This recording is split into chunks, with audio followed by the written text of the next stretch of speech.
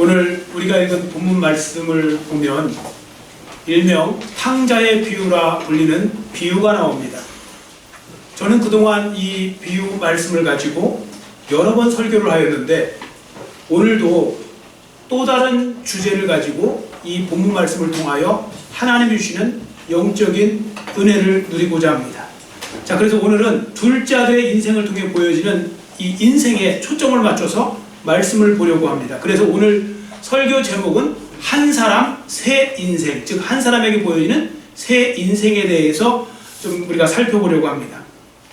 자, 이제부터 잘 들어보시고 여러분의 삶에 적용해 보시면 좋겠습니다. 첫 번째, 둘째 아들에게 보여지는 인생은 착각하는 인생. 착각하는 인생이었습니다. 그것도 그냥 착각이 아니라 제대로 된 착각입니다. 자, 그러면 둘째 아들의 착각이 무엇이었는지, 그리고 그 착각이 가져다준 그 결과는 무엇이었는지 지금부터 살펴봅니다. 여러분 11절을 보세요. 본문 11절을 보시면 어떤 사람에게 두 아들이 있었다고 했습니다. 그런데 어느 날 그 두 번째 아들이 아버지에게 재산, 자기에게 물려줄 재산 미리 좀 당겨서 지금 나눠달라고 그렇게 요청을 합니다. 참고로 당시에 재산 분배는요, 아버지가 임종이 가까웠을 때, 즉 돌아가실 날이 머지 않았을 때 그때 재산 배분을 일반적으로 합니다. 그리고 재산을 배분하면 예를 들어서 아들이 2명 있잖아요. 그럼 장남에게는 3분의 1을 주고 그 다음에 차남에게는 3분의 1을 줍니다.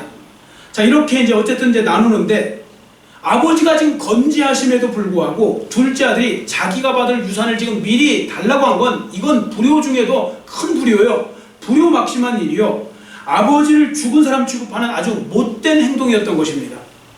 그런데 12절 끝부분을 보세요. 아버지는 두말하지 않고요, 둘째 아들의 요구대로 그냥 재산을 나누어 줍니다. 자, 그럼 그 이유가 무엇일까요? 왜 아버지는 어떻게 보면 이 둘째 아들에게 아무 소리도 안 하고 재산을 분배했을까요? 저는 본문 말씀을 묵상하면서 한 가지 답을 찾을 수 있었는데 그것은 무엇인가 하면 둘째 아들이 계속해서 아버지를 떠나고 싶어 했다는 겁니다. 지금이 아니라 계속, 벌써 언제부터인지 몰라도 한참 전부터 아버지를 떠나려는 마음이 있었다는 겁니다. 그러니까 아버지와 살고 싶은 생각이 없었던 겁니다. 그러니까 둘째 아들은 지금 몸만 아버지 앞에 어쩔 수 없이 붙어 있었던 거고요, 마음은 벌써 아버지부터 멀리 떠나 있었던 거죠. 자, 13절 우리 한번 같이 읽어볼까요? 13절 같이 읽습니다. 그 후 며칠이 안 되어 둘째 아들이 재물을 다 모아가지고 먼 나라에 가 거기서 허랑방탕하여 그 재산을 낭비하더니. 아멘. 자, 둘째 아들이 먼 나라로 떠났다고 그랬죠. 여러분, 가까운 나라도 떠날 수 있는데 일부러 먼 나라로 간 이유가 뭐냐면 할 수만 있으면 아버지부터 지금 내가 멀리 떨어지고 싶다, 이런 의미고요. 또 먼 나라로 가면 오기도 힘들잖아요. 나 이제 평생 아버지 안 보고 살아도 되니까, 이런 의미가 들어있는 겁니다. 자, 두 번째, 이제 둘째 아들이 떠난 시간을 한번 볼까요? 언제 떠났다고 했죠? 며칠 후.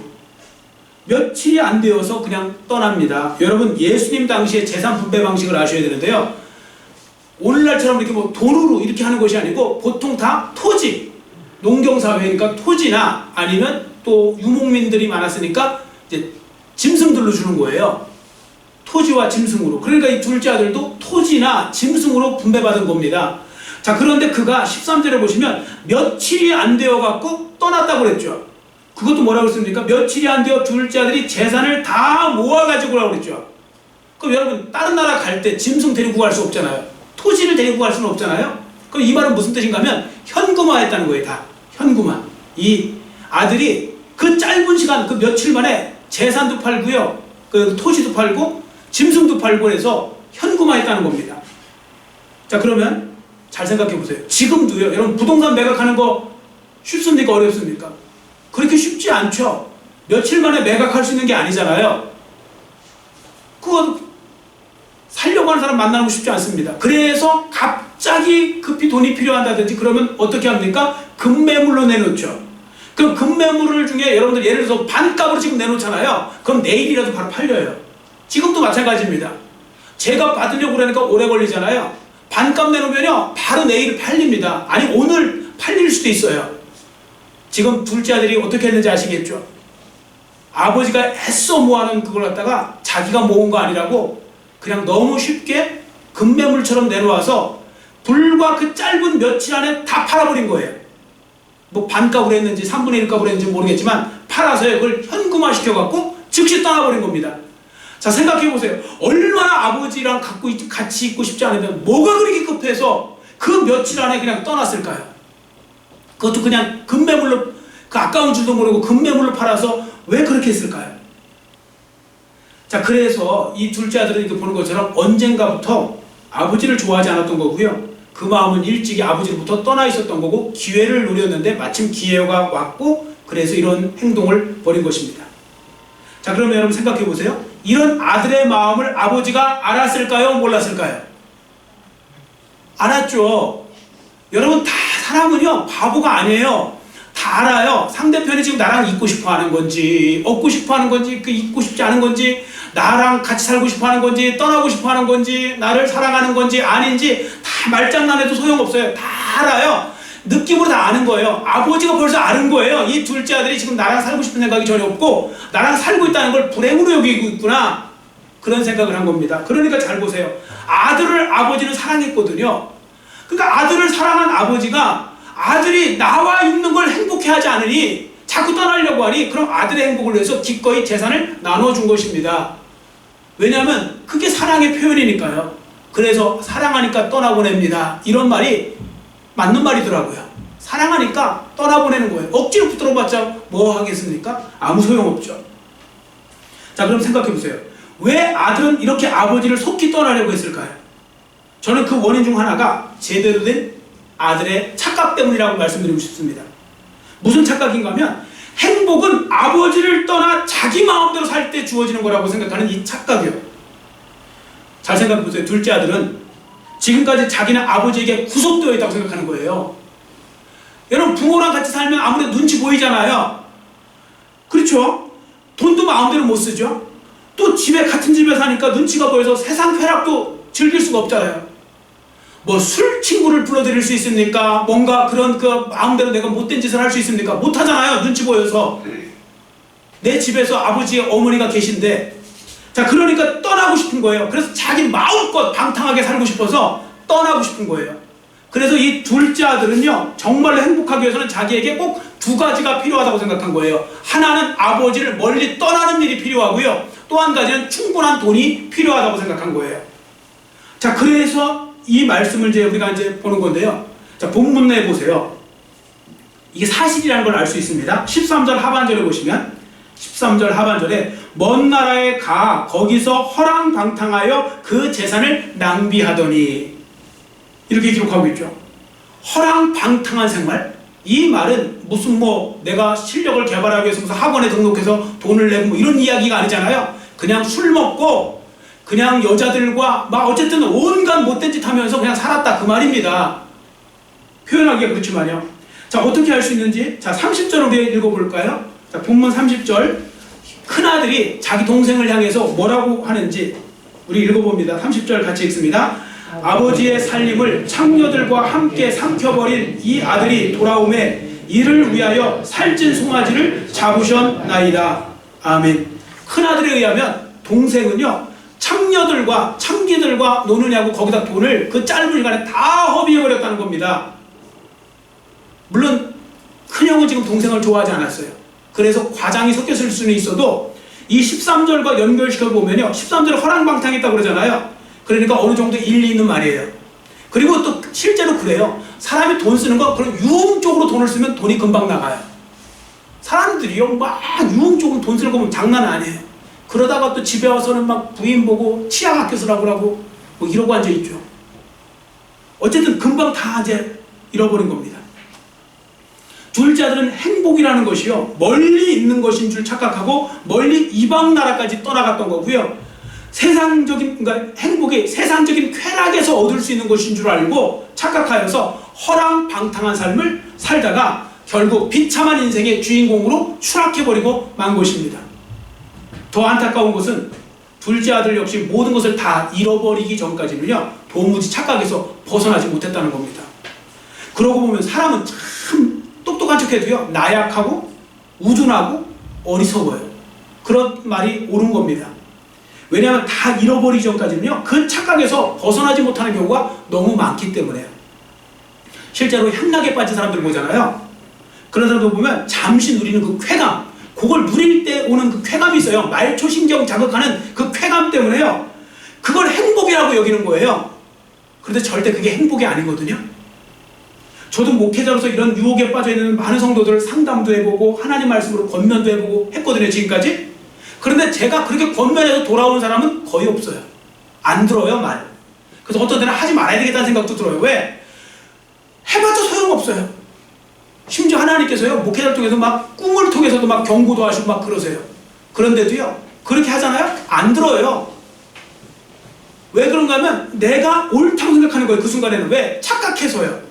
그게 행복인 줄 알고 착각해서 그렇게 되는 것입니다. 여러분, 하나님께서요, 그럼 잘 생각해 보세요. 목회자를 통해서 말씀을 통해 이렇게 권고도 하시고, 그리고 심지어 꿈으로도 이렇게 경고하시고, 이렇게 하는 이유가 뭘까요? 지금 돌이킬 수 있는 기회 주시는 거잖아요. 여러분, 하나님이 심판하실 거면 목사를 통해서 말도 안 하세요.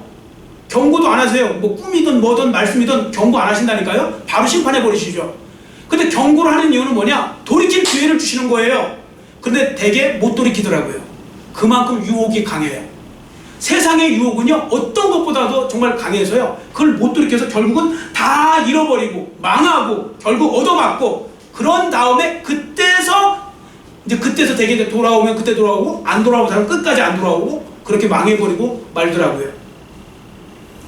둘째 아들 보세요. 다 잃을 때까지 그는 착각하는 인생을 살았죠. 여러분 생각해 보세요. 둘째 아들, 이 사람에게 하나님 말씀으로 그 당시 권면이 하나도 안 되었을까요? 이거 다 잃을 때까지? 아닐걸요?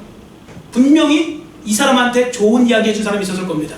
그렇게 막 살면 안 돼요. 자기가 번 돈 아니라고 이렇게 쓰면 금방 없어지죠. 세상에 이렇게 막 허랑방탕하고 이렇게 막 사치하는데 뭐 돈이 아무리 많으면 그거 어떻게 감당합니까? 그렇게 하면 안 됩니다. 아버지를 위해서도 그러면 안 됩니다. 그렇게 하지 마세요. 이렇게 하는 사람이 있어도 되지만 웃기고 있네, 이렇게 나오는 거죠. 행복이 뭔지를 모르네, 내가 지금 얼마나 행복한데, 이런 식으로 결국 다 잃을 때까지 착각하고 있었던 겁니다. 자, 그럼 여기서 생각해 보세요. 본문의 아버지는 누구를 비유할까요? 하나님이죠. 그러면 아버지의 집은 무엇을 비유할까요? 지금식으로 말하면 교회를 비유한 겁니다. 그러니까 이 말씀이 무슨 의미냐? 성도가 예수 믿는 사람이 어느 날 시험 들었다고 해서 하나님을 등지고 교회를 떠나 세상에 나아가서 세상적인 방법으로 행복을 추구하면 그게 행복처럼 보여도 행복을 얻을 수 없다는 겁니다. 거기에는 행복이 없다는 것입니다. 진짜 행복은 없습니다. 만일 하나 누군가 이런 식으로 생각했다면 그건 착각일 뿐입니다. 여러분 모두 착각하는 인생길을 걸어가지 않도록 조심하시기를 주님의 이름으로 축원합니다. 이 인생은 살 필요 없어요. 착각하는 인생 살지 않게 해달라고 기도하셔야 됩니다. 자, 두 번째, 이 아들에게 보여주는 인생이 뭐냐? 바로 깨닫는 인생입니다. 따라해주세요. 깨닫는 인생. 자, 14절을 보세요.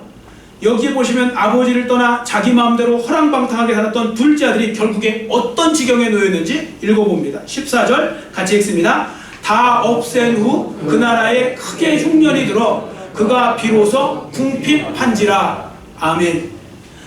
다 없앴대요. 이게 뭐냐? 빈털터리 인생 됐다는 겁니다. 빈털터리 인생. 정말로 그에게 남은 것은 하나도 없었습니다.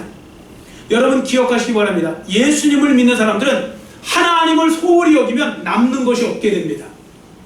본문에 보시면 둘째 아들이 아버지를 떠나서 아무것도 되는 것이 없음을 깨닫게 된 것을 알 수 있는데, 그 이유가 뭐냐면요, 하나님의 자녀들은 하나님 안에서 거하며 살아갈 때 비로소 열매를 잘 맺을 수 있게 그렇게 만들어 놓으셨기 때문에 그렇습니다.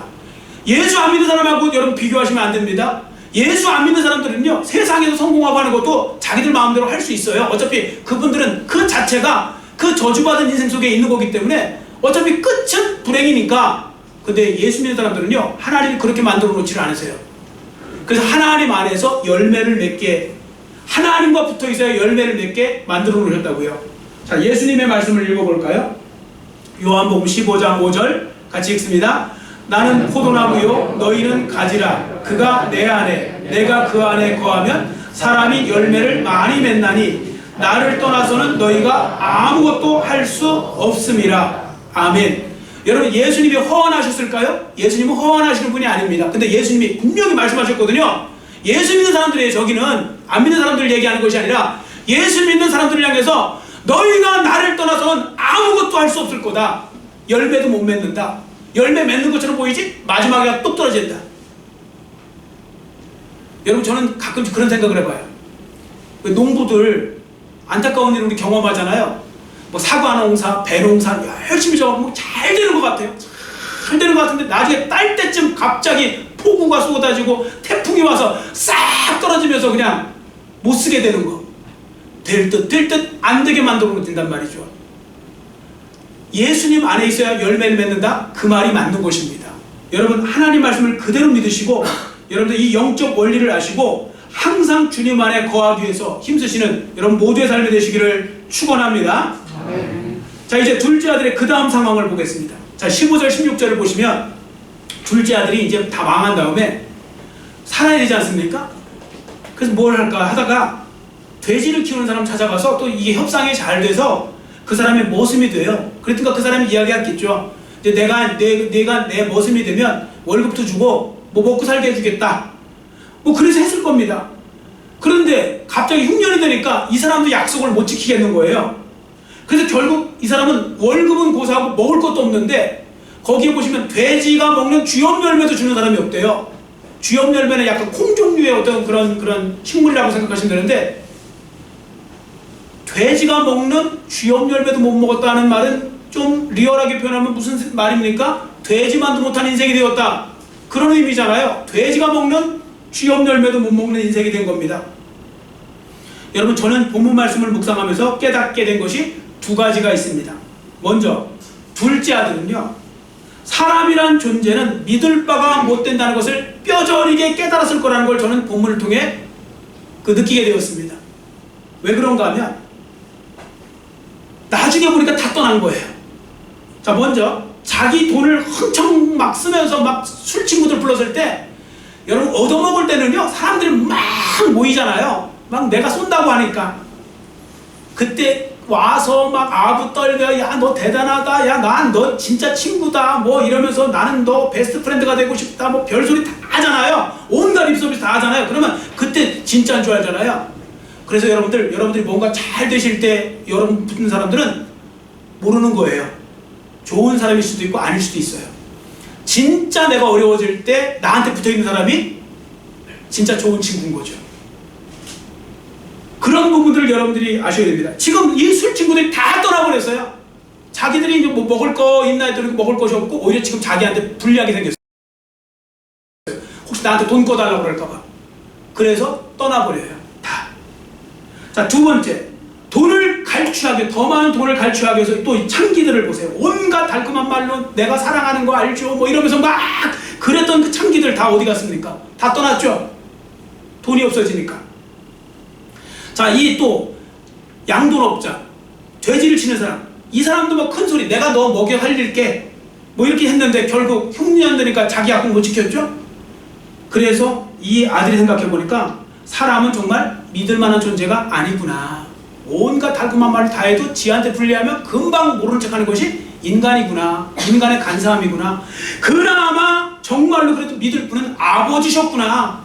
내가 아버지 굉장히 폄하했었는데 나중에 보니까 아버지만큼 이렇게 믿을 만한 분이 없구나. 이런 생각을 한 것입니다. 자, 이걸 깨닫게 되었다는 거죠. 다음으로 본절 말씀을 통해 깨닫게 된 것이 있습니다. 그것은요, 하나님을 떠난 사람은 자유자가 되는 것이 아니라 결국 마귀와 죄와 세상의 종으로 전락해 버린다는 것입니다. 자, 한번 생각해 보세요. 본문 15절에 보시면 둘째 아들이 양돈업자에게 가서 붙여 살았다고 그랬죠. 붙여 살았다. 여러분 잘 보세요. 붙였다는 말이 뭐냐면 이게 머슴되었다는 뜻입니다. 저는 이 말씀 보면서 너무 안타까운 거예요. 여러분 아버지 앞에 그전에는 붙여 살았잖아요. 아버지랑 한 집에서. 그러니까 아들로서 살더니 아버지 떠나서 양돈업자한테 딱 붙이니까 머슴으로 살더라는 겁니다. 여러분 누구한테 붙여 사느냐는 정말 중요한 겁니다. 둘째 아들은요, 아버지를 떠나서 잠깐은 자기 마음대로 온갖 쾌락을 즐기며 산 것처럼 보여도요, 결국에는 머슴으로 살게 된 겁니다. 여러분 마찬가지죠.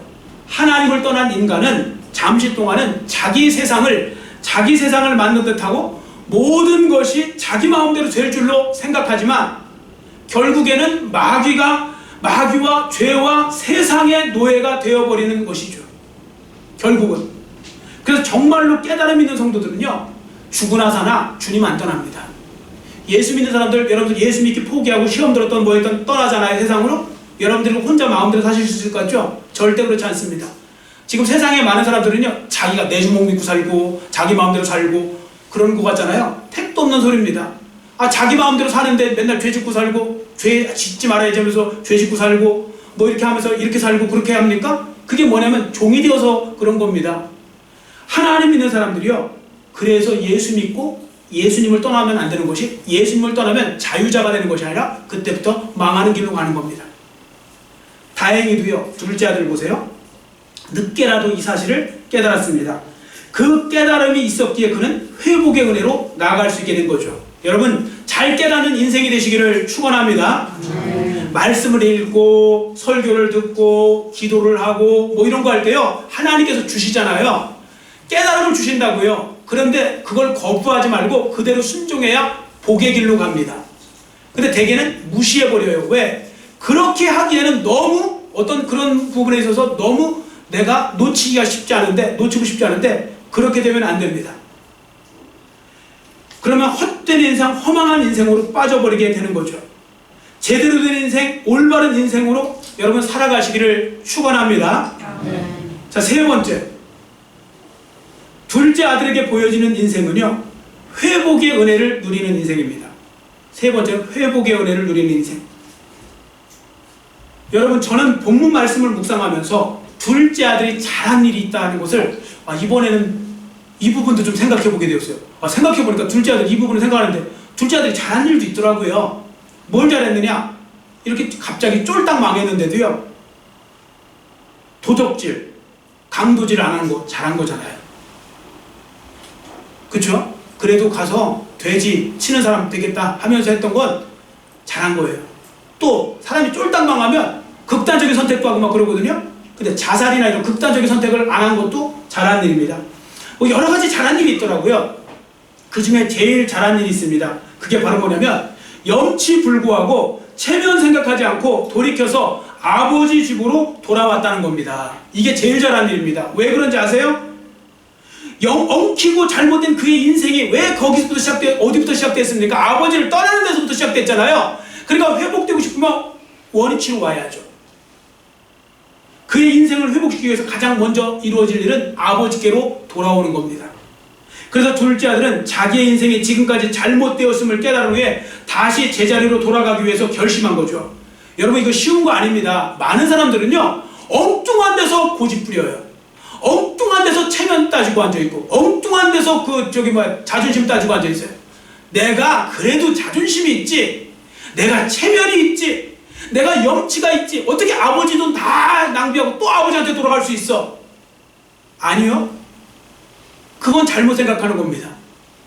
아버지의 사랑을 믿으면 돌아와야죠. 그리고 거기부터 엉켰으면 이제라도 돌이켜야죠. 그래서 이 아들을 보세요. 18절에 보시면 내가 일어나 아버지께 가겠다 그러죠. 다짐하죠. 18절에 20절을 보세요. 이에 일어나서 아버지께로 돌아가니라. 실제로 돌아갔잖아요. 이게 바로 회개입니다.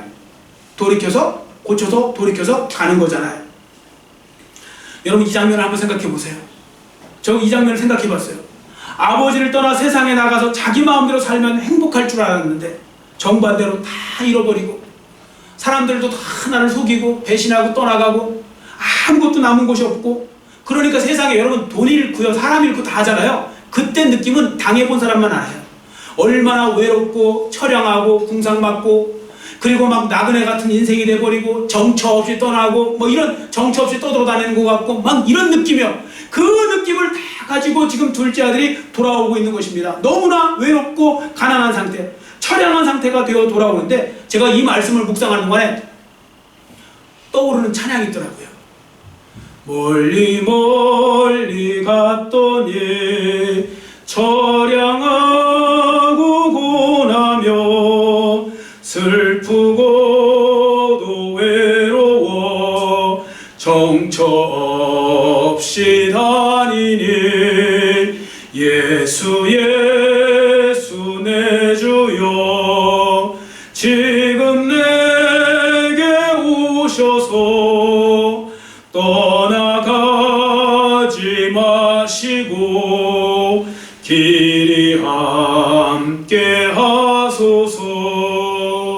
이런 말씀이에요. 멀리 멀리 갔더니 처량하고 고나며 슬프고도 외로워 정처 없이 다니니 예수 예수 내 주여 지금 내게 오셔서 떠나가지 마시고 길이 함께 하소서. 이 찬양은 좀 약간 다른 의미도 있죠. 언제 예수가 떠나갔습니까? 자기가 떠나갔죠. 지금 아들이 지금 떠나간 거 아닙니까? 아버지를 하나님을 떠나가더니. 그러는데 가보니까 정처 없는 인생이 돼버리고 처량하고 고난 인생이 돼버립니다. 그래서 아들이 인생의 쓴맛을 다 본 후에 내가 믿을 리 아버지밖에 없구나.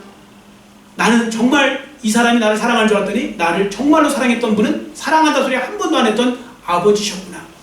내가 사랑에 속았구나. 나를 있는 그대로 받아줄 리도 아버지밖에 없구나. 이런 마음이 든 거고, 그래서 그는 이제 제대로 정신을 차리고 아버지께로 돌아오게 된 것입니다. 자, 그러면 아버지께 돌아왔을 때 결과가 어떻게 되었을까요? 첫 번째, 아버지와의 회복, 관계 회복이 일어납니다. 20절, 21절에 보시면 아버지는 기꺼이 아들을 받아주세요. 완전한 회복이 일어났죠? 마찬가지입니다. 여러분, 성도들이 인생을 살다 보면 잘못된 길로 갈 수 있습니다. 그러나 계속 그 자리에 머물기를 고집해서는 안 될 것입니다. 사람이니까 실수할 수 있어요. 잘못 생각할 수 있고 착각할 수 있고 잘못된 길로 갈 수 있습니다. 그런데 여러분, 그때 여러분들이 하셔야 될 건 바로 뭐냐면 하나님께로 회개하고 돌아오는 겁니다. 그래서 회개의 길을 주셨잖아요. 그러면 하나님은 본문에 기록된 아버지처럼 여러분을 기쁨으로 맞아주실 것입니다. 여러분, 세상에도 보세요. 이렇게 내가 여러 번 잘못했으면요, 사람들은 안 받아줘요. 여러분, 실수 자꾸 해보시고 잘못 자꾸 해보세요. 용납해주는가? 안 해요. 간이고 슬개지고 다 빼줄 거 전매다가도요, 조금 자기 실망시키고 조금 잘못하고 마음 아프게 하고 그러면요, 금방 왼수지는 게 사람이에요. 세상사. 그런데요, 그 모든 걸 감수하고도 여전히 또 오면 또 받아주는 존재가 부모예요. 그럼 부모도 그렇게 하는데 하나님은 오죽하실까요? 하나님은 받아주시는 하나님이시죠. 돌아오는 거 잘한 겁니다. 자, 두 번째, 자신의 신분을 회복해요. 이 아들이 자신의 신분. 22절 읽을까요? 22절 같이 읽겠습니다. 아버지는 종들에게 이르되 제일 좋은 옷을 내어다가 입히고 손에 가락지를 끼우고 발에 신을 신기라. 아멘. 이제 잔치하잖아요. 지금 양을 잡아 잔치하라고 그러잖아요. 잔치할 때요, 예복을 입어요. 이 사람들은. 그 중에 주인공한테는 제일 좋은 옷을 입혀요. 그러니까 이 아들한테 제일 좋은 옷을 입혔다는 것은 인간적으로 보면 제일 원수 같은 놈인데 제일 좋은 옷을 입혔다는 것은 은혜인 거죠. 그리고 주인공을 만들어줬다, 그 말입니다. 가락지를 끼웠다는 말은 아들의 신분. 옛날에는 그 주인들하고 대대로 이어가는 그 가락지 같은 거 있거든요. 그러니까 반지로 해서 그 주인의 권위, 아들의 신분을 회복한 겁니다. 그리고 여러분들, 신발을 신겼다고 그러잖아요. 신발을 신겼다. 옛날에요, 노예는 신발을 못 신었고요, 주인은 신발을 신었어요. 그래서 이게 약간 관용적인 표현이에요. 신발을 벗으라, 그런 말은 내 종이 되라, 그런 의미예요. 하나님께서 모세에게 내가 선 곳은 거룩한 곳이니 내 앞에서 신을 벗으라, 이 말은 이제 내 종이 되어라, 이런 말씀이에요. 자, 마찬가지로 지금 아들을 신발을 신겼다는 말은 이제 너는 종이 아니라 주인이 되고 내 아들이 되었다는 것을 지금 보여주는 겁니다. 자, 둘째 아들 또 회복한 거 마지막으로 한 가지가 있습니다. 뭘 회복했냐면 즐거움, 기쁨을 회복합니다. 자, 23절, 24절 같이 읽습니다. 23절, 24절 같이 읽겠습니다. 그리고 살진 송아지를 끌어다가 잡으라. 우리가 먹고 즐기자. 이 내 아들은 죽었다가 다시 살아났으며 내가 잃었다가 다시 얻었노라 하니 그들이 즐거워하더라. 아멘. 여러분, 우리 속담에 꼭 먹고 알 먹고 누이 죽고 매부 죽고 있잖아요. 그거 딱 맞는 말씀이에요. 여러분, 지금 돌아오니까 아들 얼마나 좋아요. 자기 정말 굶어 죽을 뻔했고 머슴으로서 평생 갈 뻔했는데 그냥 눈 딱 감고 돌아오니 다시 아들이 됐고 이 모든 걸 다 회복했잖아요. 기쁨이죠. 근데 여러분, 아들만 기쁜 게 아니고 돌아오는 아들을 본 아버지도 기뻐하더라는 거죠. 같이 기쁜 거예요. 서로 누이 죽고 매부 죽고 꼭 먹고 알 먹고 막 그런 현상이 생겨나는 거죠. 자, 7절 말씀이 생각나더라고요. 자, 본문 7절을 읽겠습니다. 7절 같이 읽습니다.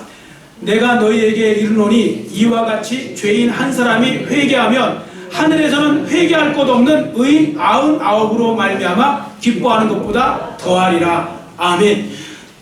하나님을 떠났던 사람이 다시 하나님 앞에 돌아오고요. 죄인이 회개해서 하나님 앞으로 돌아오면 하늘나라에서 이런 큰 기쁨이 있다는 겁니다. 돌아온 사람만 기쁨이 있는 것이 아니라 하나님도 기쁘게 하는 그런 일이 벌어지는 거죠.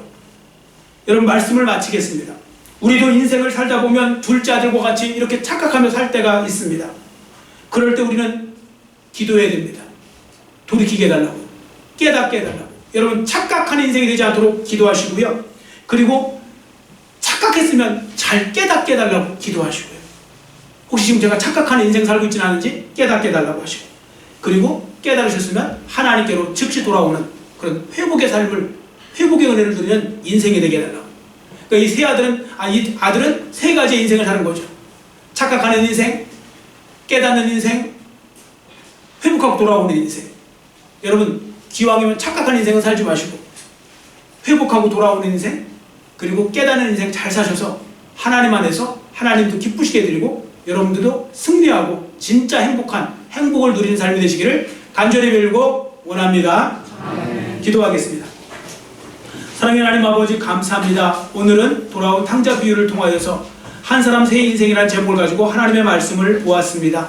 하나님 아버지, 우리도 조심하지 않으면 착각하는 인생, 또 하나 우리가 세상에, 마귀에, 또 하나 불신자들에게 의해서, 세상 환경에 의해서 우리가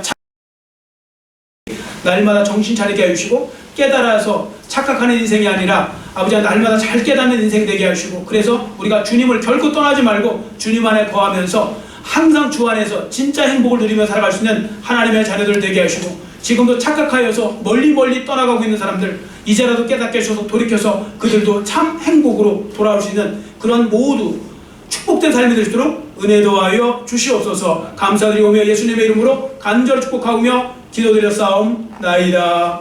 아멘.